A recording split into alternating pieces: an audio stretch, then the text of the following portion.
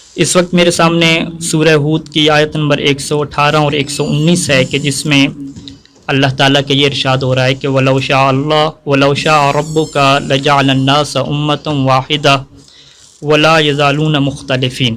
اگر اللہ چاہتا تو سب لوگوں کو ایک ہی امت پہ بنا دیتا، کوئی اختلاف بھی نہ ہوتا، لیکن لا یزالون مختلفین، یہ لوگ ہمیشہ اختلاف کرتے رہیں گے، مختلف نظریات میں آتے رہیں گے۔ الا من رحم ربک، اختلاف فقط وہ نہیں کرے گا کہ جس کے اوپر تمہارا رب اپنی رحمت نازل کرے گا۔ الا من رحم ربک، محل شاہد یہاں سے ہے کہ وَلِذَالِکَ خَلَقَهُمْ، اور اسی مقصد کی خاطر کہ اللہ ان پہ رحمت نازل کرے، اللہ نے ان لوگوں کو خلق فرمایا ہے۔ وَلِذَالِکَ کے اشارہ اسی قریب کی طرف جا رہا ہے۔ تو ہمارے سامنے انسانوں کی خلقت کا ایک ہی مقصد سامنے آ گیا کہ اللہ یہ چاہتا ہے کہ انسانوں پہ اپنی رحمت کو نازل کرے، اور اسی مقصد کی تکمیل کی خاطر اللہ نے انسانوں کی طرف اپنا ایک نمائندہ بنا کے بھیجا اور اعلان کر دیا کہ وما ارسلناک الا رحمتا للعالمین۔ اور یہ بالکل کلمہ توحید کی طرح ہے کہ جس طریقے سے پہلے نفی ہوتی ہے اور پھر بعد میں اس بات ہوتا ہے کہ جس سے حصر سمجھ آتی ہے کہ بس فقط یہی مقصد ہے، اس کے علاوہ کوئی اور مقصد نہیں ہے۔ وما ارسلناک، اے حبیب ہم نے آپ کو نہیں بھیجا، نفی ہو گئی، بھیجا ہی نہیں ہے۔ جب اللہ لگا دیا کہ اللہ رحمت للعالمین، اگر بھیجا ہے تو عالمین کی رحمت کے لیے بھیجا ہے۔ تو بس انسانوں کی خلقت کا مقصد الہی بھی یہ ہے کہ انسانوں پہ رحمت نازل کرے، اور اپنے رسول کو بھیجنے کا مقصد بھی یہی ہے کہ رسول عالمین کے لیے رحمت بن جائے۔ اب یہاں پہ دو طرح کی بحثیں تفاسیر میں علماء کرام اور مفسرین مطرح فرماتے ہیں۔ ایک بحث کہ رحمت کسے کہتے ہیں، رحمت کے کیا معنی ہیں، رحمت کی کیا اقسام ہیں، اور دوسری بحث کہ عالمین سے کیا مراد ہے۔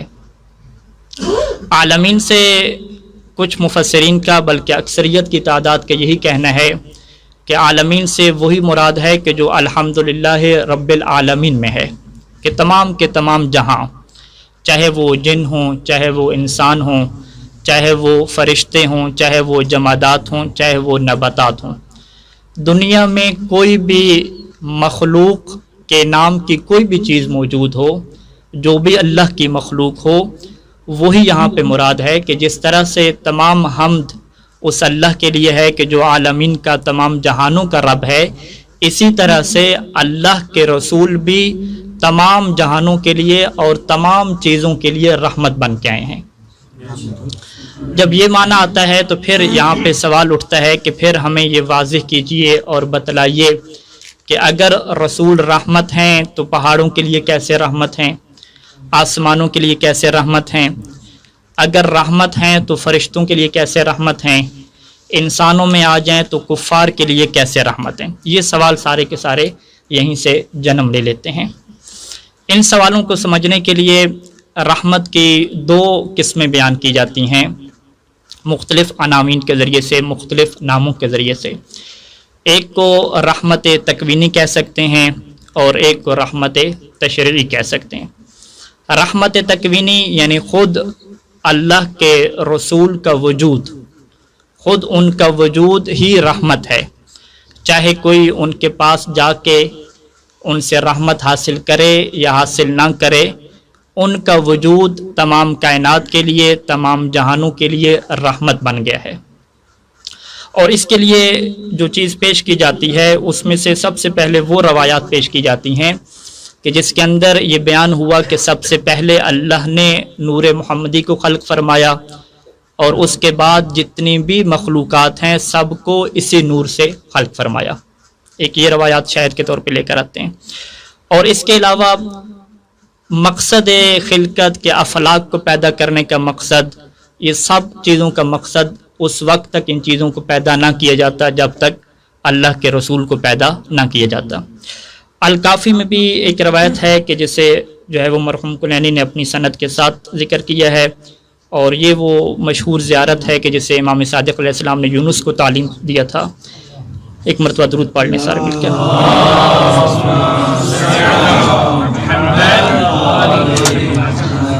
کہ اس کے الفاظ میں ہے کہ بکم فتح اللہ و بکم یختم اللہ، کہ آپ اہل بیت کے ذریعے سے ہی اللہ ابتدا کرتا ہے۔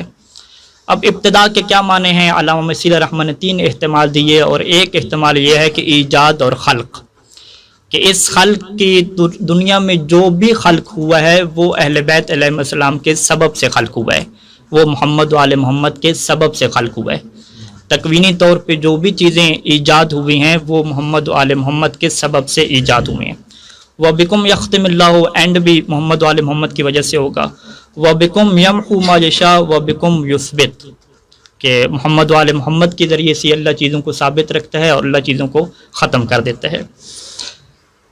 اس کے علاوہ مجموع البیان میں ایک روایت ہے کہ جس میں اللہ کے رسول نے اس آیت کے نازل ہونے کے بعد حضرت جبرائیل سے پوچھا کہ بتائیے کہ حل اصابک من ھذا الرحمۃ شیء، کہ اے جبرائیل یہ جو رحمت ہے، یہ جو میں تمام جہانوں کے لیے رحمت کے طور پہ بھیجا گیا ہوں، کیا اس رحمت کا کچھ حصہ آپ کو ملا یا نہیں ملا؟ تو حضرت جبرائیل فرماتے ہیں کہ نعم، بالکل آپ کی رحمت کا حصہ ہمیں ملا ہے۔ وہ کیسے ملا ہے؟ کنت اخشى عاقبۃ الامر، مجھے بڑا ڈر رہتا تھا کہ میرا اینڈ کیا ہوگا، میرا انجام کیا ہوگا، اور میں کیا ہوں اور کہاں جانا ہے۔ فآمنت بک، پھر میں آپ کی ذات کے اوپر ایمان لے آیا۔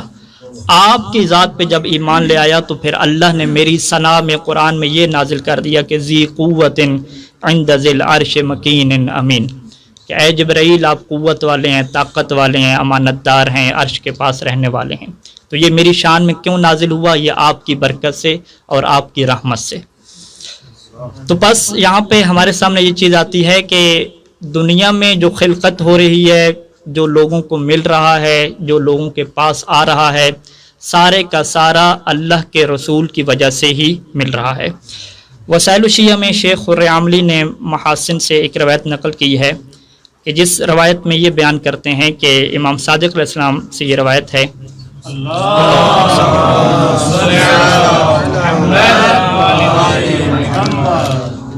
کہ ان ابا حنیفہ اکل معہو، کہ ابو حنیفہ نے جو ہے وہ صادق آل محمد کے ساتھ کھانا تناول فرمایا، دونوں کھانا کھا رہے تھے۔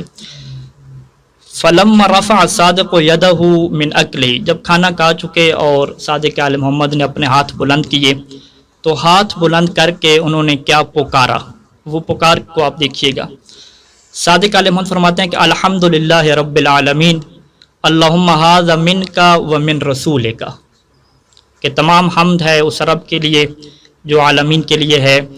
اللہم، اے اللہ، ھذا، یہ جو کھانا ہے، منک و من رسولک، یہ تیری طرف سے ہمیں نصیب ہوا ہے اور تیرے رسول کی طرف سے ہمیں ملا ہے۔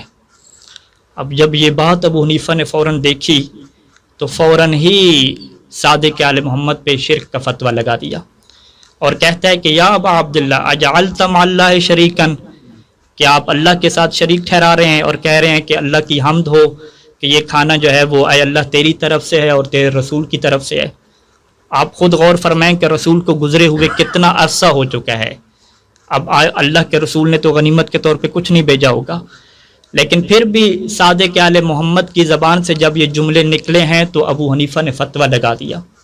یہاں پہ ایک نقطہ قابل غور ہے کہ اس دور میں بھی جو معصوم پہ فتویٰ شرک لگانے والا تھا اسے ابو حنیفہ کہتے ہیں، اور آج کے دور میں بھی کچھ لوگ ایسے ہیں کہ جو فقہا اور علماء پہ فوراً ہی شرک کے فتوے لگا دیتے ہیں۔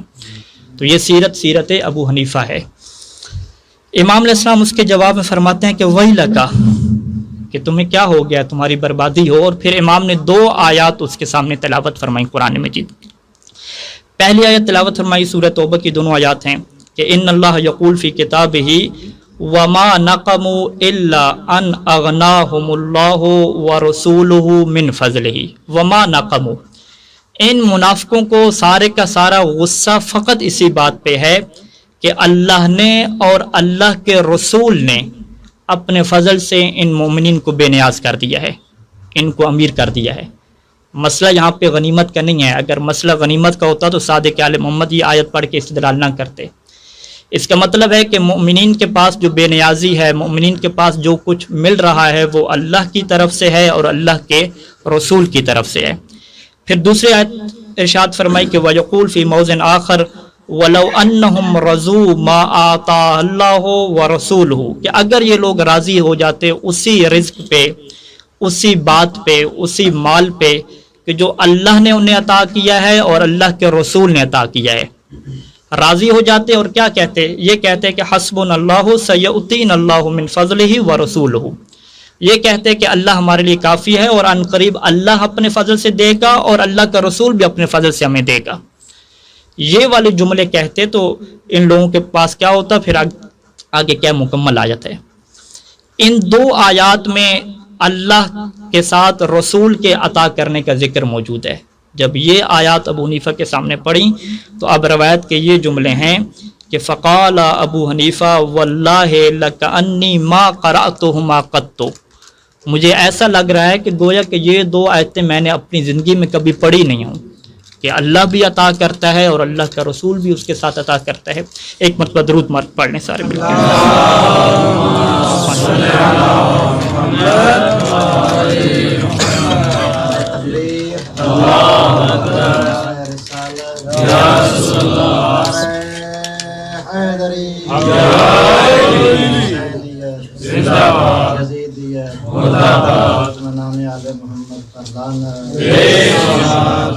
قائم آل محمد باواز بلند صلوات۔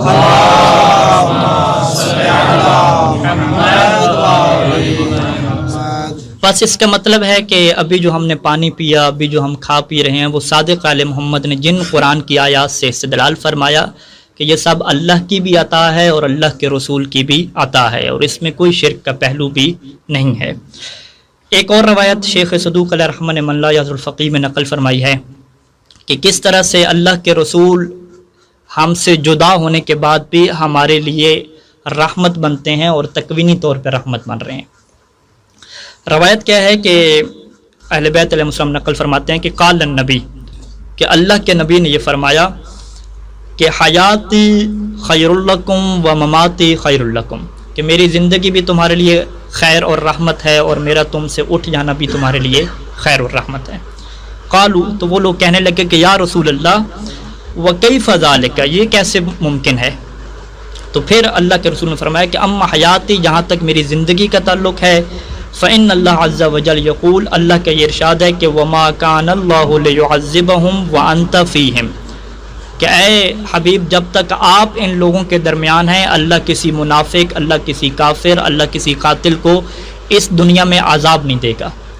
اسی وجہ سے ابن عباس یہ کہتے تھے کہ کافروں کے لیے اللہ کے رسول اس وجہ سے رحمت ہیں کہ ان کے ہونے کی وجہ سے کسی کو عذاب نہیں ملتا، وگرنہ گزشتہ امتوں میں اسی دنیا میں عذاب نازل ہو جایا کرتا تھا۔ اما مفارقتی ایاکم، لیکن اگر میں تم سے جدا ہو گیا اور اس دنیا سے چلا گیا تو پھر کیسے تمہارے لیے رحمت بنوں گا؟ فرمایا کہ فإن اعمالکم تعرض علی کل یوم، کہ ہر روز تمہارے اعمال میرے پاس آتے ہیں، کہ تم نے کیا کام کیا ہے ہر روز میرے پاس تمہارے اعمال آتے ہیں۔ فما کان من حسن، اگر نیک اعمال ہوتے ہیں تو استعذت اللہ لکم، تو میں اللہ سے دعا کرتا ہوں کہ اللہ تمہارے نیک کاموں کو اور زیادہ کرے۔ وما کان من قبیح، اور اگر برے اعمال ہوتے ہیں تو استغفرت اللہ لکم، تو میں تمہارے لیے اللہ سے مغفرت طلب کرتا ہوں۔ اور یہ بہترین جو ہے وہ رحمت ہے ہر انسان کے لیے۔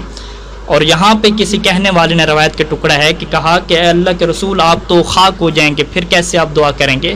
تو اللہ کے رسول نے فرمایا کلا ان اللہ تبارک و تعالی حرم لحومنا علی الارض ان تطعم منها شیئا، کہ ہمارے گوشت کو اللہ نے زمین کے اوپر حرام کر دیا ہے، زمین ہمارے گوشت کا کچھ نہیں بگاڑ سکتی، لہٰذا ہم باقی رہیں گے۔ ایک مرتبہ درود پڑھنے سارے مل کر۔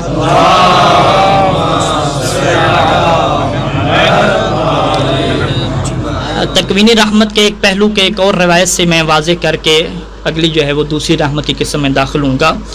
الکافی میں پورا باب موجود ہے کہ جس باب کا مرحوم کلینی نے یہ نام رکھا ہے کہ عرض الاعمال عن النبی والائمۃ، کہ ہم سب لوگوں کے اعمال جو کچھ ہم کرتے ہیں وہ نبی کو پیش کیے جاتے ہیں اور اہل بیت علیہ السلام کو پیش کیے جاتے ہیں۔ انہی روایات میں جو ہے وہ اہل بیت علیہ السلام قرآن کی آیت سے استدلال کرتے تھے کہ جس میں یہ ارشاد ہو رہا ہے کہ اعملوا فسیر اللہ عملکم ورسولہ والمؤمنون، کہ تم سب لوگ عمل کرو، تمہارے عمل کو دیکھنے والا کون کون ہے؟ اللہ بھی تمہارے اعمال کو دیکھ رہا ہے، اللہ کا رسول بھی تمہارے اعمال کو دیکھ رہا ہے، اور مؤمنون کہ امام نے فرمایا کہ قالہم الائمہ، اور ائمہ علیہم السلام بھی تمہارے اعمال کو دیکھ رہے ہیں۔ اسی وجہ سے صادق آل محمد کسی محفل میں بیٹھے تھے اور فرمایا کہ ما لکم تسوؤون رسول اللہ، کہ تمہیں کیا ہو گیا ہے کہ تم اللہ کے رسول کو تکلیف پہنچاتے ہو، تم اللہ کے رسول کو اذیت دیتے ہو۔ تو لوگوں نے کہا کہ فقال رجل کیف، کہ ہم اللہ کے رسول کو کیسے تکلیف دے رہے ہیں؟ فرمایا کہ اما تعلمون، کیا تمہیں اس بات کا علم نہیں ہے کہ ان اعمالکم تعرض علیہ، کہ تمہارے اعمال رسول کو پیش کیے جاتے ہیں۔ فاذا رأى فيها معصیۃ، اور اگر وہ ان اعمال میں معصیت اور گناہ کو دیکھتے ہیں تو ساءہ ذالک، تو اس وجہ سے رسول کو تکلیف پہنچتی ہے، رسول کو اذیت پہنچتی ہے کہ ان کے چاہنے والا گناہ کا کام کر رہے۔ فلا تسوء رسول اللہ وسروہ، پس اللہ کے رسول کو کبھی اذیت نہ دو بلکہ نیک اعمال کر کے اللہ کے رسول کو خوش کرو۔ تو یہاں پہ صادق آل محمد ایک اور پہلو بھی بیان فرما رہے ہیں کہ فقط خوشنودی پروردگار آپ کے اعمال کا معیار نہیں ہونا چاہیے، بلکہ اللہ کے رسول کی خوشنودی اور ان کا سرور بھی آپ کے اعمال کا ایک معیار ہونا چاہیے۔ ایک مرتبہ پھر درود پڑھ لیجیے سارے مل کے۔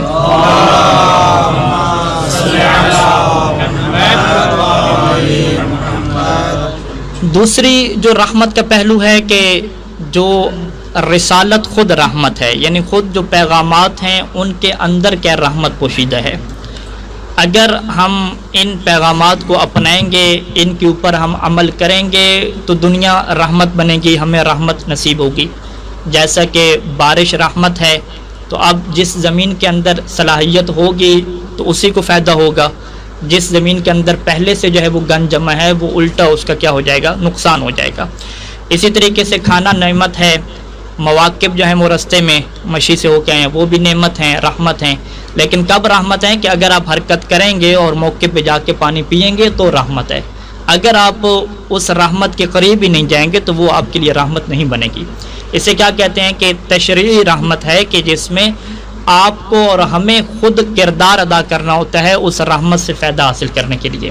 اگر ہم نہیں چاہیں گے تو رحمت نہیں ملے گی، اگر چاہیں گے تو رحمت ملے گی۔ اسی وجہ سے جو ہے وہ قرآن مجید میں یہ ارشاد ہوا کہ ہم نے یہ جو کتاب نازل کی ہے یہ ہدم و رحمتم و بشرا للمسلمین، یہ رحمت ہے لیکن للمسلمین، ان لوگوں کے لیے جو اپنے آپ کو سر خم کر دیتے ہیں، اپنے آپ کو تسلیم کی منزل پہ لے آتے ہیں، اسلام کو قبول کر لیتے ہیں، تو ان کے لیے یہ رحمت بنتا ہے، تمام لوگوں کے لیے رحمت نہیں بنتا۔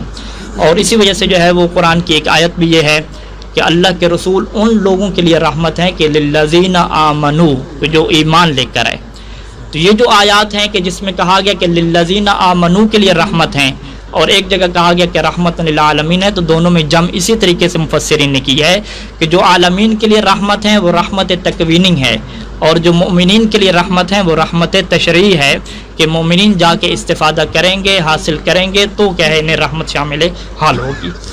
یہاں پہ جو ہے وہ اللہ کے رسول نے جو ہے وہ امیر المومنین علیہ السلام سے یہ روایت ہے، یہ بھی الکافی میں ہے، کہ فرماتے ہیں کہ حجۃ الوداع کے موقع پہ اللہ کے رسول نے اپنی اس رحمت کو بیان کرنے کے لیے یوں خطبہ دیا کہ ایھا الناس واللہ ما من شیء، کوئی چیز بھی ایسی نہیں ہے یقربکم من الجنت و یباعدکم من النار، جو تمہیں جنت کے قریب کر دے اور آگ سے دور کر دے، الا وقد امرتکم بہ، مگر میں نے اس کا تمہیں حکم دیا ہے۔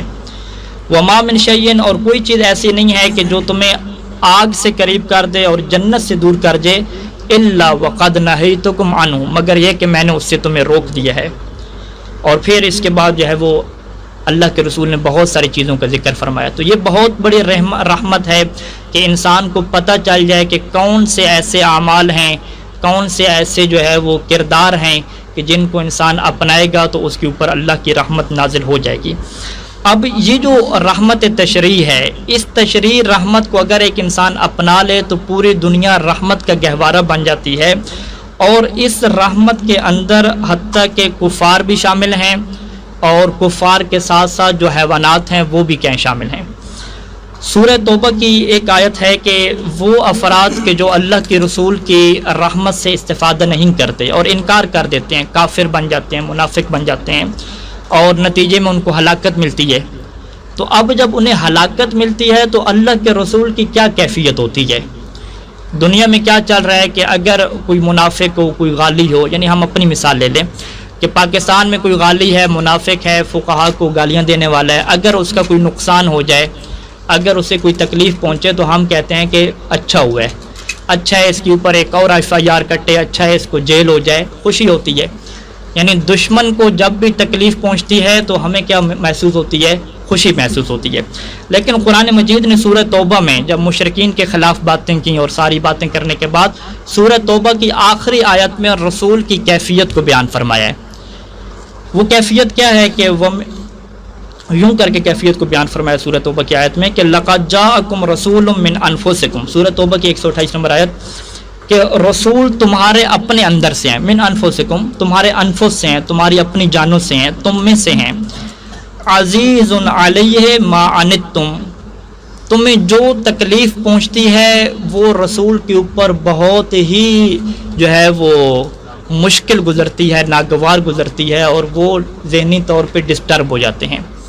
اب ما عنتم کی تفسیر کیا ہے؟ مختلف تفسیریں ہیں۔ ایک تفسیر اس کی یہ ہے کہ ایمان کو چھوڑنے کی وجہ سے جو ان لوگوں کو ہلاکت ملتی ہے تو اس کی وجہ سے اللہ کے رسول کو بہت دکھ پہنچتا ہے اور بہت ناگواری محسوس ہوتی ہے۔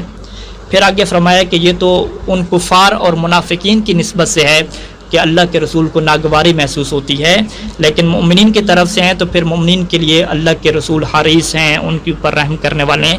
یہ کیا آیت موجود ہے۔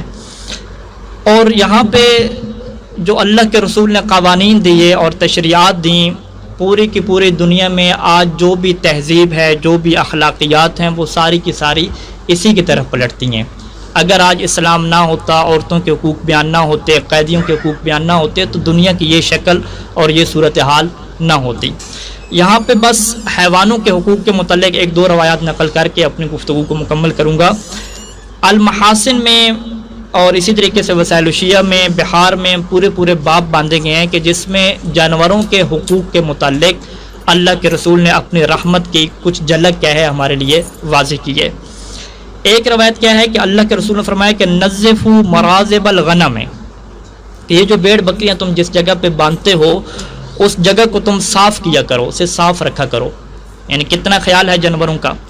پھر ایک اور اگلا جملہ فرمایا کہ وَمْسَحُوا رُغَامَهُنَّ، کہ دیکھو ان بکریوں کے ناک سے جو رطوبت بہ رہی ہوتی ہے، وَمْسَحُوا، اس کو بھی تم صاف کیا کرو۔ یعنی ہم ایک جانور کو دیکھتے ہیں اس کے ناک سے رطوبت نکل رہی ہے، ہم کہتے ہیں ٹھیک ہے جانے دیں، کیا مسئلہ ہے، لیکن اللہ کے رسول کو یہ گوارا نہیں ہے کہ کوئی جانور ہو، کوئی بھیڑ بکری ہو اور اس کے چہرے کے اوپر رطوبت ہو اس کے ناک کی اور انسان ایسے گزر جائے۔ فرمایا کہ نہیں، اس کی رطوبت کو بھی تم نے صاف کرنا ہے۔ اور پھر ایک اور روایت ہے کہ جس میں فرمایا کہ دیکھو جانور کے 6 حقوق تمہارے اوپر ضروری ہیں۔ پہلا حقوق کیا ہے کہ یبدأ بعلفها اذا نزل، کہ جب سفر کر کے گھر کو آتے ہو تو قبل اس کے کہ تم پہلے کچھ کھاؤ پیو، سب سے پہلے اپنے جانور کو تم کھلاؤ، پہلے اسے پانی پلاؤ، پہلے اسے تم کھلاؤ۔ وَيَعْرِضُ عَلَيْهَ الْمَاءَ إِذَا مَرَّ بِهِ، دوسرا کیا ہے کہ جب بھی جانور کے پاس سے گزرو تو پانی کیا رکھ دیا کرو اس کے لیے، ہو سکتا ہے کہ وہ پیاسا ہو، وہ مانگ نہیں سکتا۔ وَلَا يَضْرِبْهَا إِلَّا عَلَى حَقٍّ، دیکھو حیوان کو کبھی نہیں مارنا، فقط اس صورت میں مارنا ہے کہ جب ضرورت اس کی پڑے، بغیر ضرورت کے حیوان کو نہیں مارنا۔ چوتھا کیا ہے کہ وَلَا يُحَمِّلْهَا مَا لَا تَطِيقُ عَلَيْهِ، حیوان کے اوپر اتنا بوجھ نہیں لادنا کہ جو اس کی طاقت سے باہر ہو۔ پانچواں کیا فرمایا کہ وَلَا يُكَلِّفُهَا مِنَ السَّيْرِ مَا لَا تَقْدِرُ عَلَيْهِ، اتنا حیوان کو نہ چلانا کہ وہ تھک جائے اور جس کی اسے قدرت حاصل نہ ہو۔ اور پھر چھٹا فرمایا کہ وَلَا يَقِفُ فِيهَا قَوَافًا، کہ جب تم آپس میں گفتگو کر رہے ہوتے ہو تو پھر حیوان کی پیٹھ پہ سوار نہ رہنا، بلکہ نیچے اتر آنا اور گفتگو کر لینا، اور جب سفر کرنے کا ارادہ کرو تو پھر حیوان کی پیٹھ پہ سوار ہو جاؤ اور سفر کرو۔ یعنی ہم لوگ کیا کہتے ہیں کہ چلیں جی گھوڑوں پہ بیٹھے ہوئے ہیں تو وہ اوپر ہی کھڑے کیا ہے گفتگو کر رہے ہیں، سفر نہیں کر رہے، لیکن اللہ کے رسول نے فرمایا کہ نہیں، یہ حیوانوں کے حقوق کے منافی ہے۔ اور یہ حقوق ہیں حیوانوں کے لیے۔ انسانوں کے اگر حقوق کی آپ بات کریں اور خصوصاً اس حق کی بات کریں کہ ایک ایسے وقت کی بات کریں کہ جس وقت میں کسی کو کسی کا کوئی احساس نہیں ہوگا، اور وہ کون سا وقت ہے؟ میدان محشر۔ میدان محشر میں جو ہے وہ نہ ایک ماں کو اپنے بچے کا احساس ہوگا، نہ باپ کو بیٹے کا احساس ہوگا، کسی کو کوئی احساس نہیں ہوگا، ہر کسی کو اپنی پڑی ہوگی۔ یہاں پہ ایک روایت ہے جس کی 3-4 سندیں ہیں اور 1-2 سندیں اس کی صحیح سند ہیں، جسے الکافی میں جو ہے وہ مرحوم کلینی نے بھی نقل کیا ہے، اور یہ جابر سے روایت ہے، امام باقر علیہ السلام سے، اور پھر یہ اللہ کے رسول سے کیا روایت ہے۔ اللہ کے رسول یہ فرماتے ہیں کہ اخبرنی الروح الامین، کہ حضرت جبرائیل نے مجھے یہ خبر دی کہ ان اللہ لا الہ الا ہو غیرہ اذا وقف الخلائق وجمع الاولین والآخرین اوتی بجہنم، کہ ایک وقت ایسا آئے گا کہ جب اللہ تمام مخلوق کو اپنے سامنے کھڑا کرے گا، تمام جو پہلے گزر چکے ہیں، جو بعد میں ہیں، تمام کے تمام کا ایک میدان محشر لگ جائے گا، اور پھر جہنم کو لایا جائے گا، اور جہنم کیا ہے؟ فاجر لوگوں کو اٹھانا شروع کر دے گی۔ تو اس وقت اتنی خوف کی حالت ہوگی کہ حضرت جبرائیل فرماتے ہیں کہ فما خلق اللہ عبدا من عبادہ، کہ اللہ کے جو بندے ہیں، اللہ کے بندوں کا کیا حال ہوگا، باقیوں کو تو چھوڑیں، اللہ کے جو بندے ہیں، ملکن چاہے وہ فرشتے ہوں، ولا نبیین چاہے وہ نبی ہوں، کوئی بھی ایسا نہیں ہوگا الا وینادی، مگر اس کی زبان پہ ایک ہی ندا ہوگی کہ یا رب نفسی نفسی، اے رب میرا کیا بنے گا، میرا کیا بنے گا۔ یعنی فرشتوں کے بھی یہی صدا ہوگی، ہر نبی کی یہ صدا ہوگی، لیکن وانت تقول، اے اللہ کے رسول آپ کی کیا ندا ہوگی؟ آپ کہہ رہے ہوں گے کہ یا رب امتی امتی، کہ اے رب میری امت کا کیا بنے گا۔ میدان محشر میں بھی جس رسول کو اپنی فکر نہ ہو، اپنی امت کی فکر ہو، اس رسول کو قرآن نے رحمت للعالمین کہا ہے۔